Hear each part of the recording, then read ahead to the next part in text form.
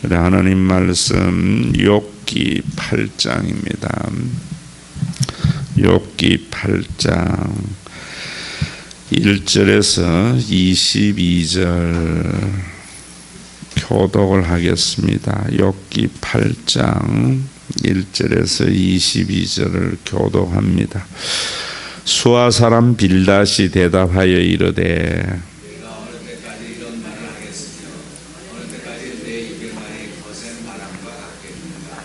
하나님이 어찌 정의를 굳게 하시겠으며 전능하신 이가 어찌 공의를 굳게 하시겠는가?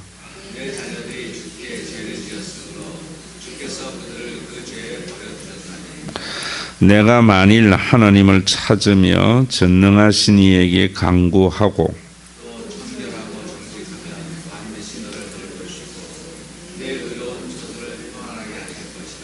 내 시작은 미약하였으나 내 나중은 심히 창대하리라.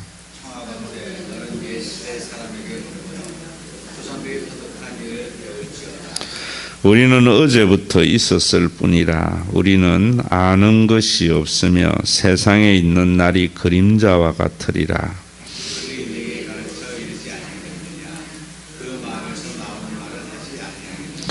왕골이 진풀 아닌 데서 크게 자라겠으며 갈대가 물 없는 데서 크게 자라겠느냐.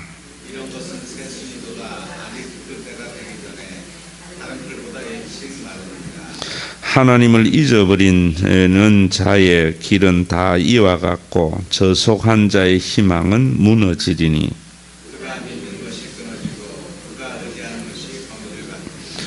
그 집을 의지할지라도 집이 서지 못하고 굳게 붙잡아 주어도 집이 보존되지 못하리라.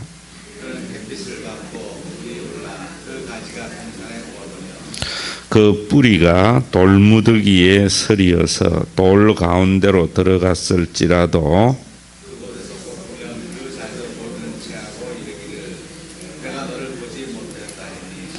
그 길의 기쁨은 이와 같고 그 후에 다른 것이 흙에서 자라나리라.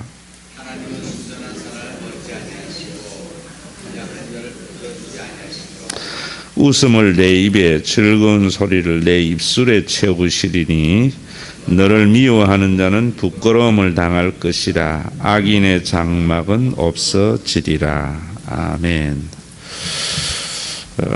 욥기 하면은 사람들에게 제일 먼저 떠오르는 말씀이 내 시작은 미약하였으나 나중은 창대하리라 라는 말씀.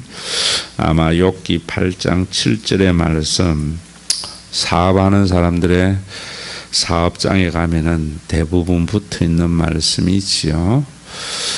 우리가 성경을 이렇게 탁 따서 문자적으로 보면 안 되는 이유가 사실은 여기에 있습니다.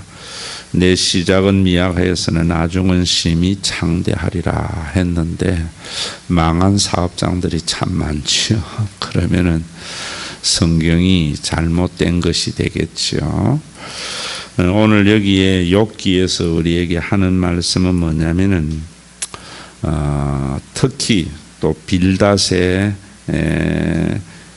이 이야기는 뭔가 하면 일반적인 사고, 세상에 있는 사람들, 일반적인 사고가 뭡니까?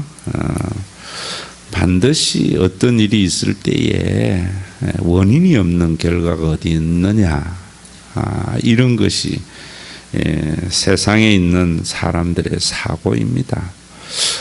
우리가 예수를 믿고 그러한 사고를 가지고 가치 판단을 가지고 모든 것을 판단하면 되지 않지요. 그렇게 우리가 가지고 있던 일반적인 가치관을 가지고 성경을 이해하려고 하고 하나님을 이해하려고 하다 보면은 오해가 참 많이 일어납니다. 그래서 회복이 일어나지 않는다는 겁니다.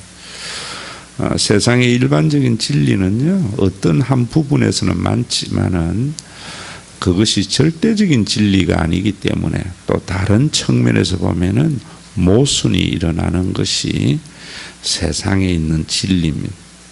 그래서 우리는 진리냐 아니냐라고 할 때에 진리의 속성을 가지고 판단해 보면 알거든요.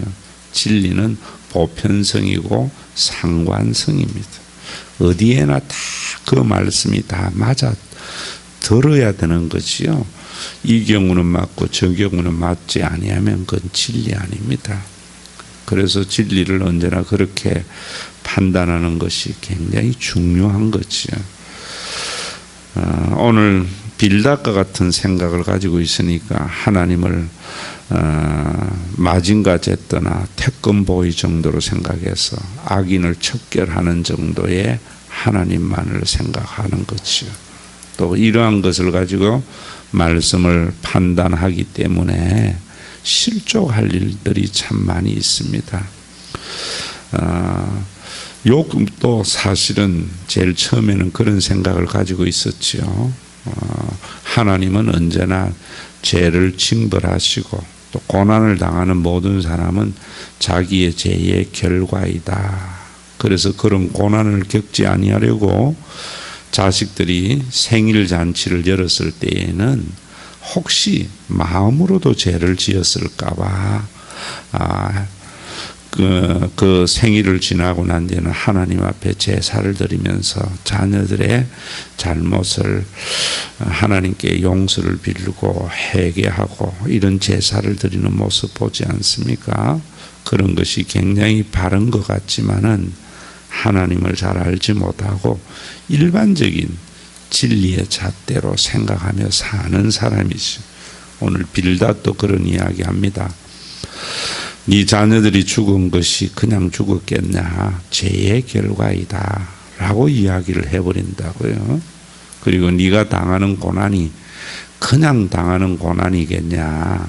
네가 하나님을 잊어버리고 살한 결과로 당하는 것이다. 그래서 네가 회개하고 하나님 앞에 제대로 서면은 네 시작은 미약하지만 나중은 창대하게 되어지고 내 입에 기쁨이 넘치리라 이런 이야기를 하는 것이요. 그러나 성경은 우리가 보면은 하나님은 그런 하나님 아니고 고난에는 여러 가지 원인이 있는 것이요. 자기의 죄로 인하여 당하는 고난도 있고 또 모든 인간은 유기적인 관계 속에서 살고 사회성이 있는 사회잖아요.